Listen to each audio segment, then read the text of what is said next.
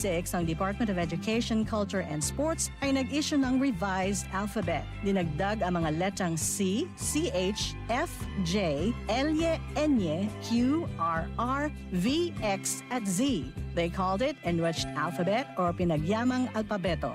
More tweaks follow, and in 1987, the Filipino alphabet was published yet again with 28 letters. What you'd recognize is our modern alphabet. 26 letters from the Latin alphabet and the Spanish N or Enye and NG or Nang.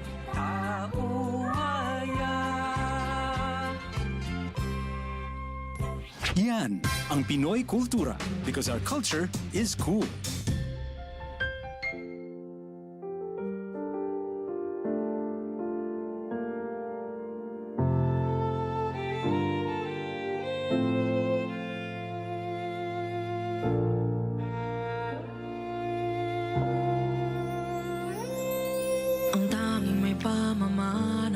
Edukasyong Pilipino, tinuturong galing at talino para maabot ang pangarap mo.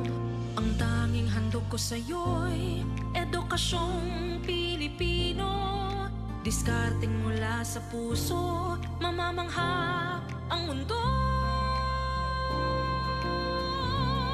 Matatag na mga guro, matatag sa mga pagsubok, matatag na mga mag-aaral, matatag na talino'y umiiral. Hinaharap ang hirap, walang takot, sumugod, humahanap ng solusyon, ipaglaban ang edukasyon. Kabataang Pilipino, Muslim o Kristiyano, lahat ng paniniwala, lahat ng katutubo, may kapansanan, iba man kasarian. Ang ating pag-aaral ay ating karapatan. Ang ating pag-aaral, pang-ahon sa kahirapan. Matatag na mga guro, matatag sa mga pagsubok, matatag na mga mag-aaral, matatag na talino'y umiiral. Hinaharap ang hirap, walang takot, sumugod, humahanap ng solusyon, ipaglaban ang edukasyon. Ang tanging alay ko sa'yo'y edukasyong Pilipino. Matapat ng pamamaraan, maunlad na kinabukasan.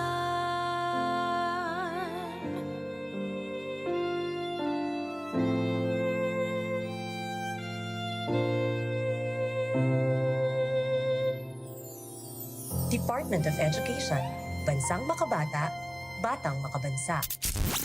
Serving the Republic of the Philippines for more than 75 years. Ito po ang Presidential Broadcast Service. Pakinggan, panoorin, agaran in real time, o balikan sa pag-scroll up and down. Mga balitang dapat malaman, impormasyong tunay at napakikinabangan. Saan ka man, sa buong kapuluan. Babangon sa bagong sigla. Kababayan. Kasama ang social media. Powered broadcaster ng bagong mamamayan. Tapat sa pag-uulat. Ito po ang Presidential Broadcast Service sa Metro Cebu. Radyo Pilipinas, 576 AM. Oras may ngala diri sa DYMR Radyo Pilipinas Cebu, alas 9:10 na sa kabuntagon. Maayong buntag ka natong tanan. And welcome diri sa tong tulumanon ang programang Government Online Manghigala. Lain na sab kitang adlaw nga Miyerkules sa pizza 3 na sa buwan sa Abril tuig 2024. Balik ko niya sa itong pagpanag-uban. Kutob kita, makigala alas 9:55 sa buntag diri lamang sa inyong estasyon ang DYMR Radyo Pilipinas Cebu.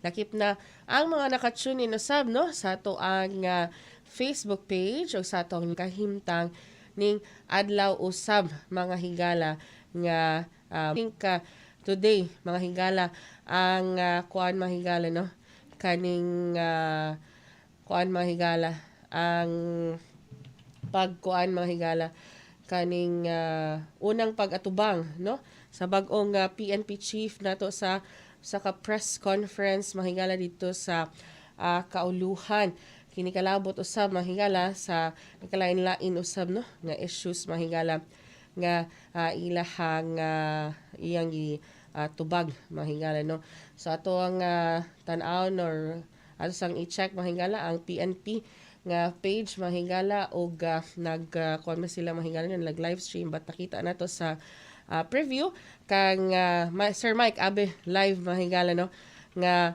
doon na sila kuan mahigala kining nag-interview sa bag-ong PNP chief og wa ko masayop mahigala no but anyway nonetheless mahigala no ato congratulate ang atong ika 30th nga hepe sa Philippine National Police si Police General Romel Francisco Marbil mahigala no so siya ang ika 30 nga kuan mahigala kining PNP chief sa nasod mahigala and gihangop pod siya no sa nakalain-lain nato nga mga kuan mahigala nakalain-lain nato nga mga sa tawag ni ini ato ang kuan mahigala PRO 7 dinhi mahigala no gihangop pod ang iyang paglingkod isip ilahang hepe karon mga higala sa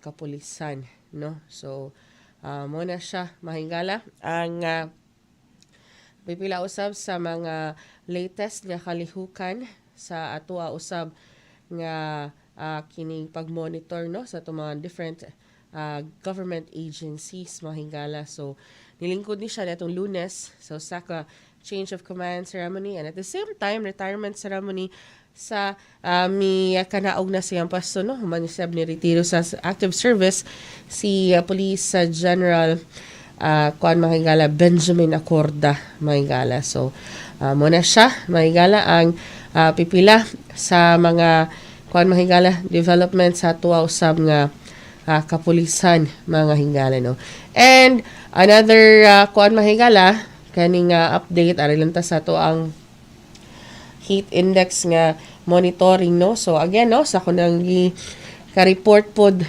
mahigala no kaganiha mo kabat nga to sa 37 degrees Celsius ang kainaton nga atong masinati dinhi usab sa rehiyon except for Siquijor kay moabot sila og 38 degrees mahigala. By tomorrow, the same gihapon for Bohol, 37 degrees. But ang Negros Oriental ug ang Cebu makasinati og 38 degrees nga kainiton. Ang Siquijor ug mga adlaw gibana-bana nga moabot sa 39 degrees Celsius ang ilahang kainiton. So again, no, this is under extreme nga caution mahigala ang maong kaning kainiton mahigala tong heat index no basipod sa kaning pag-asa. So again mahigala dita ngayon mo kumpiyansa kay kagahapon no if ako masayop mahigala do na ra ba toy giatake sa ayahang gituuhan no sa tong kapulisan nga giatake sa iyang kasing-kasing dinha sa may barangay Kamputhaw mahigala no sa sidewalk gid siya mahigala nakuyapan and sad to say mahigala no kanang nakabsan sa iyahang kinabuhi mahigala no nagbuyod abigud lagi nila nga kanang gipatay but no there was no foul play yun kagahapon sa hapon ang maong individual so yun ang ngayon mo kumpiyansa labi na katong mga high blaron daan dili tension no di gyud ta ngayon kumpiyansa nga sige painit mahigala no labi na kung for senior citizens mahigala no nga di ta ngayon magpa-expose mahigala sa init sa panahon labi na mahigala kung aduna tay mga lakaw as much as possible do na tay payong lakaw pagdala mo payong kalo and stay hydrated always pod no mahigala at least matud pa ni Dr. Mary G. Loreche 10 glasses a day, mga higala, ang atuang imnon, no? And of course, mga higala, aside from the ED, no, bugnaw nga establishment, masubawan. So, at least, mga higala, no, kanang self, labi na karong mga panahon na, mga higala, no, nga di yun masabtan ang kainit sa panahon. And of course, sa atong mga motorista, ayaw lang po di pa abot, no, ang kainit sa ulo, di pagbaon lang po mo dihag tubig, nga bugnaw, nga inyo mainom samtang ka mo nagbiyahe online. This is a public service announcement. Sa nararanasan nating matinding init ng panahon, maging ligtas at iwasan ang heat exhaustion at heat stroke. Regular na uminom ng tubig. Magsuot ng light-colored, presko at maluluwag na damit. Siguruhing may sapat na ventilasyon ang inyong mga tahanan. Maligo para mapreskohan ang katawan. Basahin na malamig na tubig ang balat kapag nagsimulang makaramdam ng pagkahilo o pag-init ng katawan. Kung maaari, huwag lumabas sa mga oras ng pinakamainit na sikat ng araw, partikular sa pagitan ng alas 11 ng umaga hanggang alas 3 ng hapon. Kung lalabas naman, ay magdala ng payong, pamaypay o minifan, face towel at huwag kalimutan ang inuming tubig. Kapag nakaramdam ng pagkahapo, matinding pagkahilo, panghihina o may kakilalang nawala ng malay dahil sa init ng panahon, agad na magtungo at humingi ng tulong sa pinakamalapit na health facility sa inyong lugar. This is a public service announcement. Public service announcement from PBS, Presidential Broadcast Service, and Radyo Pilipinas. This is a public Respiratory infection na dulot ng Bacterium Bordetella pertussis o Bordetella parapertussis. Ito ay may sintomas ng pag-ubo na may kasamang mababang lagnat at sipon na maaaring magtagal ng 1 hanggang 2 linggo. Madali itong naipapasa sa kahit kanino sa pamamagitan ng pag-ubo at pagbahing. Ang pertussis ay nagagamot ng antibiotics pero mas mainam pa rin na magpabakuna para ito ay maiwasan. Ayon sa Department of Health, inaasahan na darating mga karagdagang bakuna sa mga susunod na buwan. Gayunpaman, una nang protektahan ang sarili na huwag mahawa o makahawa ng pertussis sa pamamagitan ng pagpapanatili ng good personal hygiene o pagsusuot ng face mask. This is a public service announcement. Public service announcement from PBS, Presidential Broadcast Service, and Radyo Pilipinas. This is a public service announcement. Good news! Isa ng ganap na batas, ang Republic Act No. 11984 o ang No Permit, No Exam Prohibition Act. Matapos itong lagdaan ni Pangulong Ferdinand R. Marcos Jr. Sa ilalim nito, ang lahat ng estudyante na may unpaid school fees ay papayagan ng makakuha ng periodic at final exams. Sakop nito ang lahat ng public at private basic institutions o K-12, higher educational institutions o HEIs at technical vocational institutions o TVIs. Naninindigan ang ating pamahalaan sa karapatan ng bawat batang Pilipino na magkaroon ng maayos na edukasyon at hindi ito dapat mahadlangan dahil sa mga hindi mabayarang school fees. This is a public service announcement. Public service announcement from PBS, Presidential Broadcast Service, and Radyo Pilipinas. Good news para sa ating mga senior citizens na benepisyaryo ng DSWD Social Pension. Finally, ay funded na po yung increase para doon sa ating Senior Citizens Welfare Act. Ito yung ating para sa mga indigent natin, yung mga social pensioners.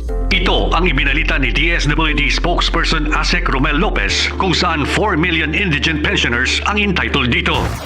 From 500 pesos ngayong taon po, fiscal year, ay nag-increase na ito sa 1,000 pesos. So sila po yung makakatanggap nito.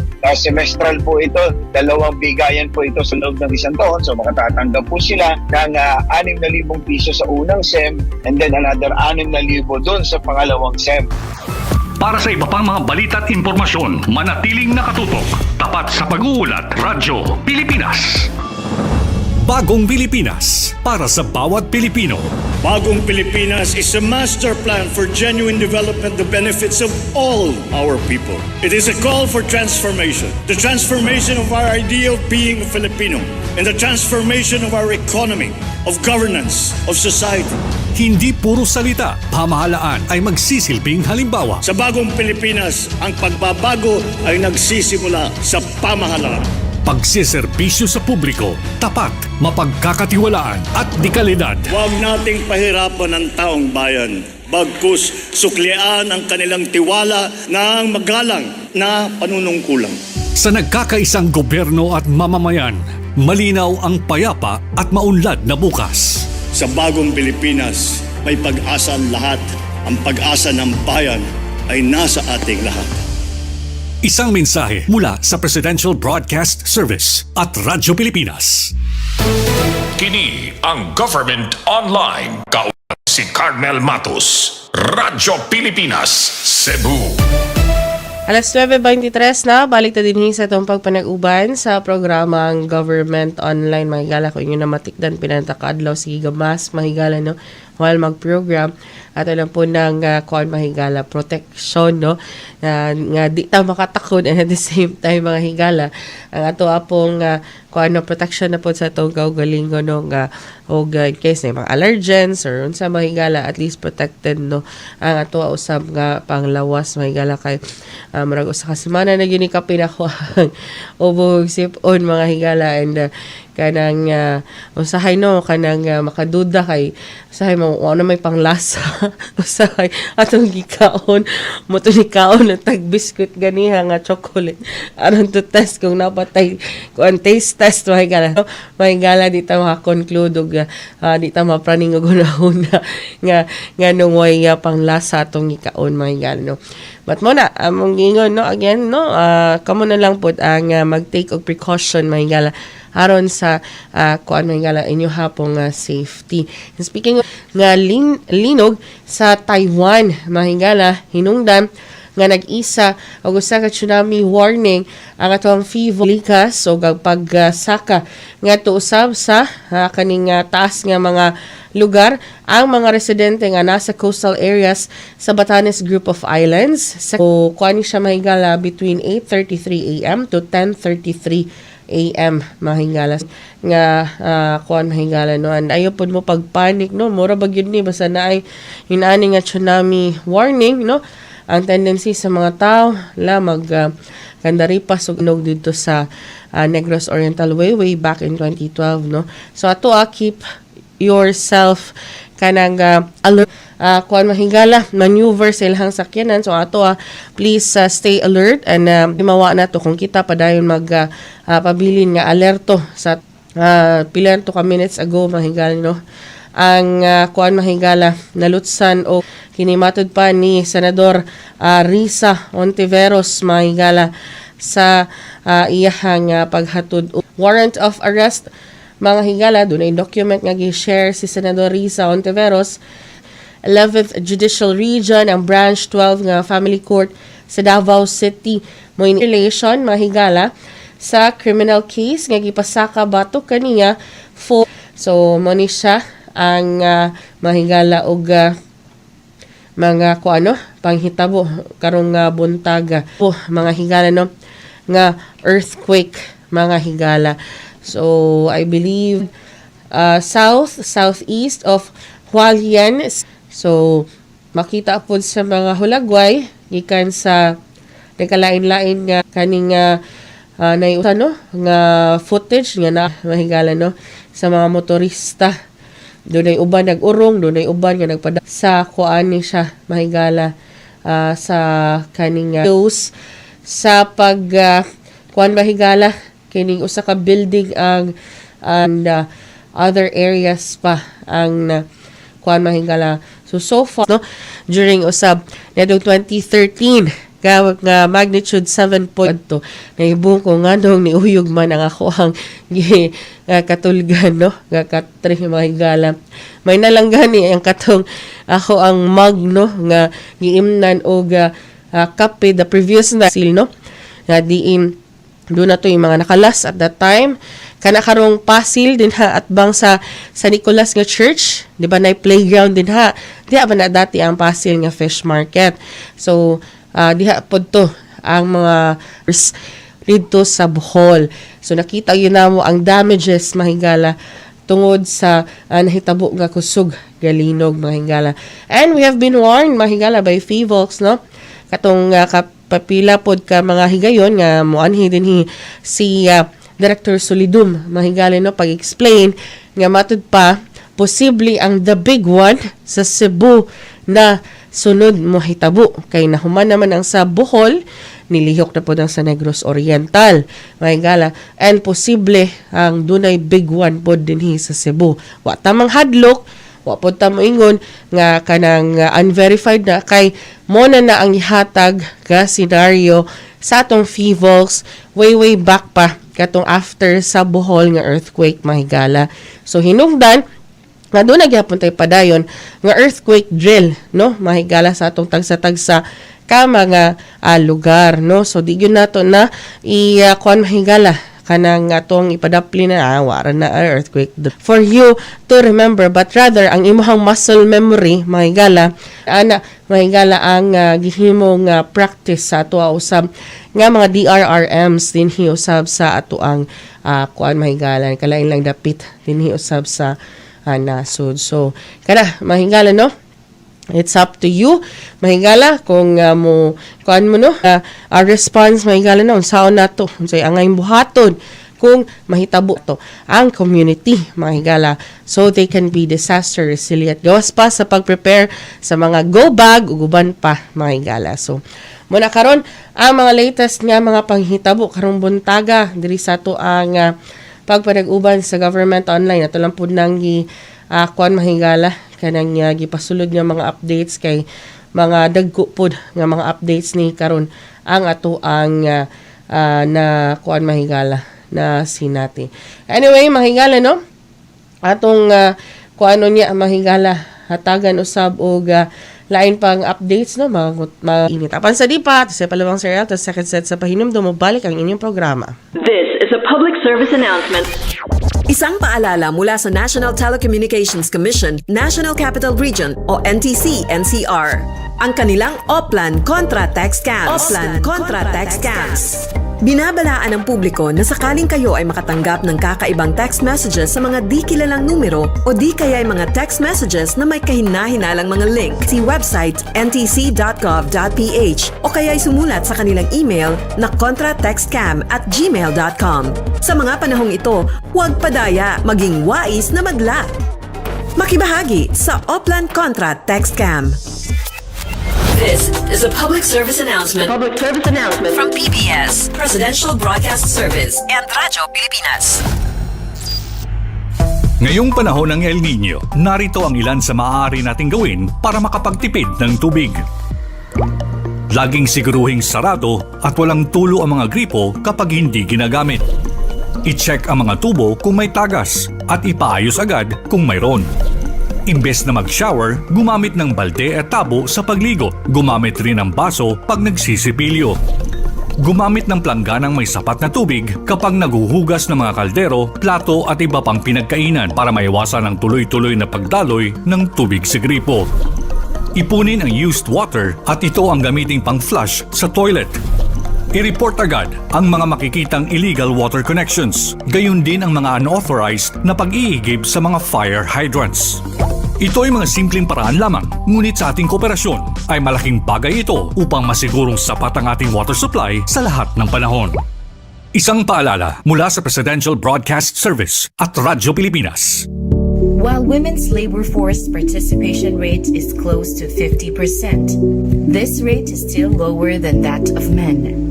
Filipino women are prevented from entering the labor force because of gender role stereotyping, particularly in relation to reproductive responsibilities. Stop the discrimination and the inequality. Everyone deserves a chance to a better life, even for a woman in this society. A reminder from DYMR Radyo Pilipinas, Cebu.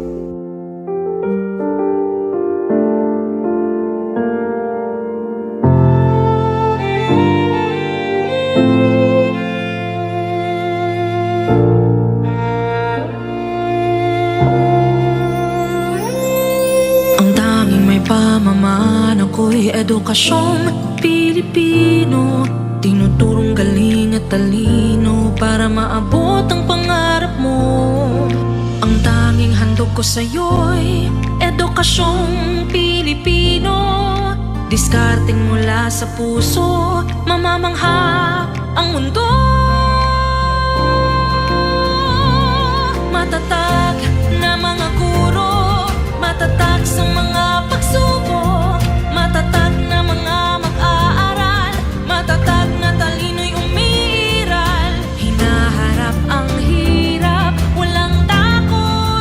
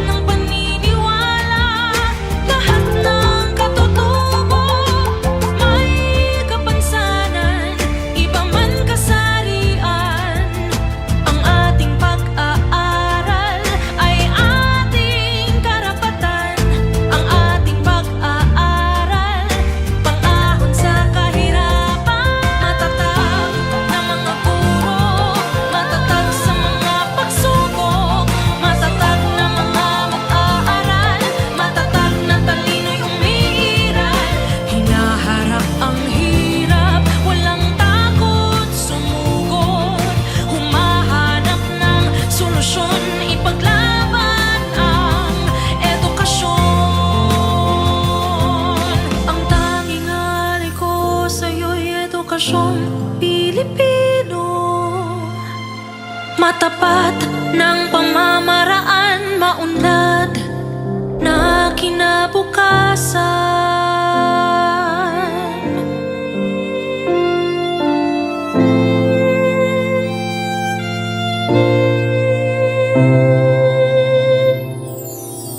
Department of Education, Bansang Makabata, Batang Makabansa. Kini ang Government Online. Kauban si Carmel Matus. Radyo Pilipinas, Cebu. Balik na rin magala sa ito pagpanag-uban sa programa Government Online. Pasensya kayo na usahay kaya marag di ta kaginawa sa ito. Pag-storya ba?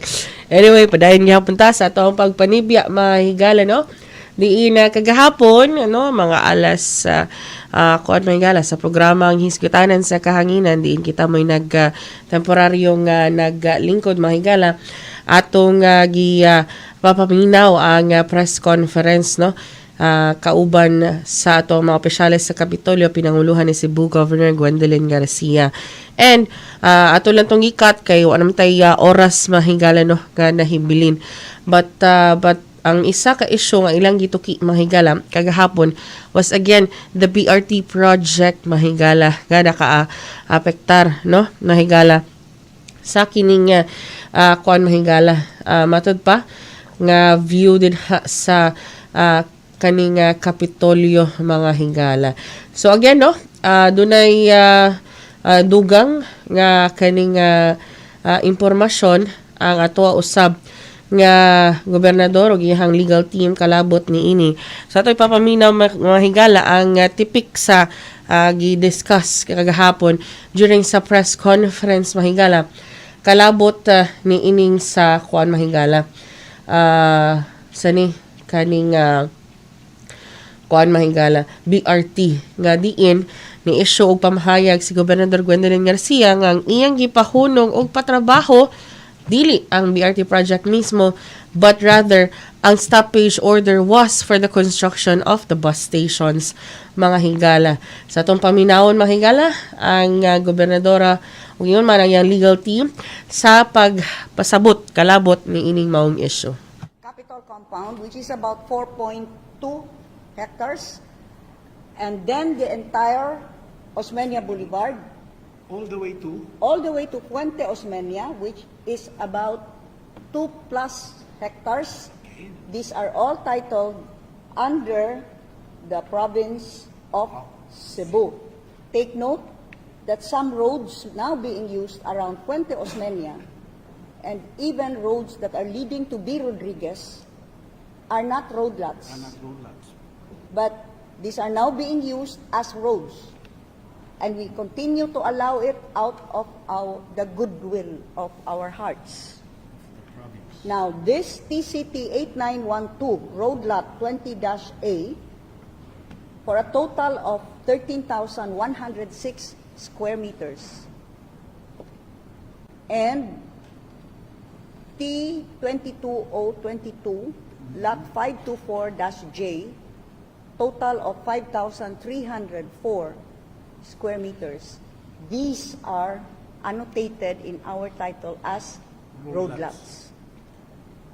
Road lots. But these are just 20 meters road lots. It's a 20-meter width for an entire length of 1.8 kilometers. Take note, a road is a road. By the sheer definition, it is a road. A bus station cannot be redefined as a road. Okay. There are 2 bus stations In that green part. that are to be erected in the green part, one that is very near the Capitol and the other very near Puente. And also, even the near capital extends all the way to Cebu Doctors in front of Cebu. Yes, because we will talk about, someone wanted to open ownership of this, the lot swap that happened between the original owner of this and who was the governor then. That is for another day. If someone who threatened to sue would really make good on his promise, then we will be forced to expose what happened then. why the capital, from the capital on to Puente, we only own those ang kaning nag-intersect. Ngano nga diya ra ta kutob? Iscario, Avila, Because Pia. nahitabo ni because of a lot swap. Nga property sa Kapitolyo, tulo ka buok, dagko kaayo dito sa Banilan. But that is for another day. Anyway, Mona. So that is her role as the head of the property owner, the province of Cebu. That's her first role. Second, as the governor of Cebu, as the political head of the governor of Cebu, as we have been keep on saying, she is duty-bound to uphold the laws. And this time again, it's the law on heritage and culture. Okay. So, apparently, the complaint stems from the governor's written order or request for the stopping of the construction works in the property of the province. Okay. Apparently, it was alleged that the governor is usurping judicial functions, that she's going to stop a national government property. No, he's going to stop a city project because as he has always been claiming, it is a project of the city. Overseer, I heard Gob that she claims overseer of a national, he is an overseer of the national project because this project is a national Department of Transport. Okay? We all know that under the law, not even lower courts can issue a restraining order against national government projects. She would like to use that and say, hey, you have no power to stop a government project because you are not even the court, and the court is not even granted. But no. Sadly, he's misplaced. As I've said, first half, property owner. If you're a property owner, somebody enters your property, what would you do? Grabe siya kusing na yun. Because you are allowed. You're allowed, yeah. But first and foremost, you ask them to stop. Right? Stop. Don't do anything else. Let the dog bites. Otherwise, this lady will shoot you. So, that's what basically the first angle of that order of the governor to stop. That's our property. You have to stop. Why? Not only you're using our property without our clear consent, you're using our property to deface a cultural heritage site, which is the provincial capital. And she was informed by a consultant and a member of the advisory council of the National Council of Arts that GOB, what they're building now, will violate the buffer zone requirements of the capital because being a heritage site is supposed to be protected. The visual, the optics, there could be no heritage site if everybody would be blocking it. And it is already an established corridor. That corridor, that's beautiful corridor. So, we made that order. Let us show the letter and let us show the order and the attached letter. Because that is the order. Now, the attached letter was written by Professor Jojo Bersales, who is a member of the advisory board of the NCCA. So, and it's clear. That's the letter of Bersales. Okay. The Cebu. Let's start with his relaying of material information that the 2BRT station will be placed along the Grand Boulevard that will effectively bar the Vista Corridor and line of sight between the Rotonda, which meaning the Fuente Osmeña, and the Cebu Capitol Complex, as well as that of the history-laden boulevard that connects them. The Cebu Capitol was declared a National Historical Landmark in 2008, and an important cultural property in 2020.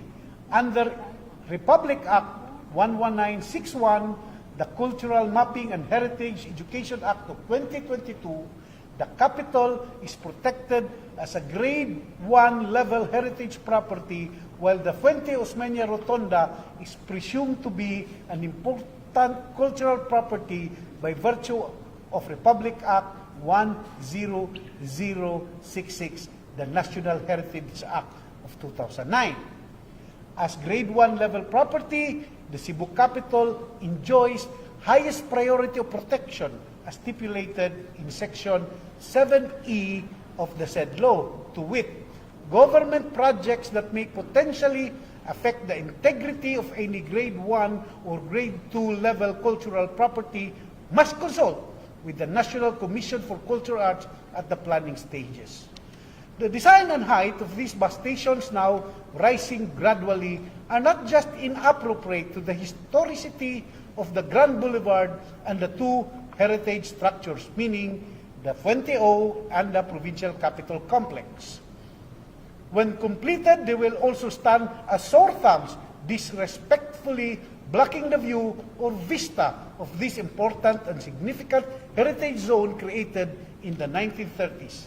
A carefully planned implementation of the City Beautiful movement that revitalized and beautified major cities in the United States. That should never be allowed to be built along this heritage zone in the first place. The sooner they are scrapped, the better for our efforts to preserve these remaining vital cultural heritage properties for future generations to know, appreciate, and celebrate. That's what she received. Yes. That's the information. Okay, next paragraph. Okay. As a leading force and pioneer in the heritage preservation and promotion efforts in the country, I trust that you will do what is necessary to address this urgent matter. And as I've said, if anything urgent, the governor acts on it. That is why that memo was issued. So we issued, can you please? That memo. That's the memo they feel. Okay, this memo to inform human road and bridge construction. It's not an executive order, it is a memorandum. Memo. Okay? Okay, we... So mo kadto mga higala no, ang pagpasabot mga higala ning stand sa tuwa usab nga Kapitolyo napasulod sa memorandum order ni Cebu Governor Gwendolyn Garcia. Hinungdan nga iyang iklaro nga pa mga higala nakaapektar kini mga higala no sa kining kuan mga higala kining kuan mga higala National Commission for Culture and the Arts kalabot sa pagpamutang og ingon ani nga disto ang Kapitolyo is a protected as a grade 1 level heritage property. Samtang ang Osmeña Boulevard and Fuente Rotonda are presumed to be important cultural properties mahigala by virtue sa Republic Act 10 o 166 or ang National Heritage Act of 2009 mahigala. Sumuka na ang giklaro usab sa Kapitolyo kalabot ni ining maong issue sa BRT project. Oras na 9:52 na. Manamilit ako daan mahigala kaduna patay remaining pluggings nga i-air mahigala no. Pat masunod karong 9:55 AM atong news update. Lamang si Carmel, Matus, Pedroza, mayong buntag. This is a public service announcement. Sa nararanasan nating matinding init ng panahon, maging ligtas at iwasan ang heat exhaustion at heat stroke. Regular na uminom ng tubig. Magsuot ng light-colored, presko at maluluwag na damit. Siguruhing may sapat na ventilasyon ang inyong mga tahanan. Maligo para mapreskuhan ang katawan. Basahin na malamig na tubig ang balat kapag nagsimulang makaramdam ng pagkahilo o pag-init ng katawan. Kung maaari, huwag lumabas sa mga oras ng pinakamainit na sikat ng araw, partikular sa pagitan ng alas 11 ng umaga hanggang alas 3 ng hapon.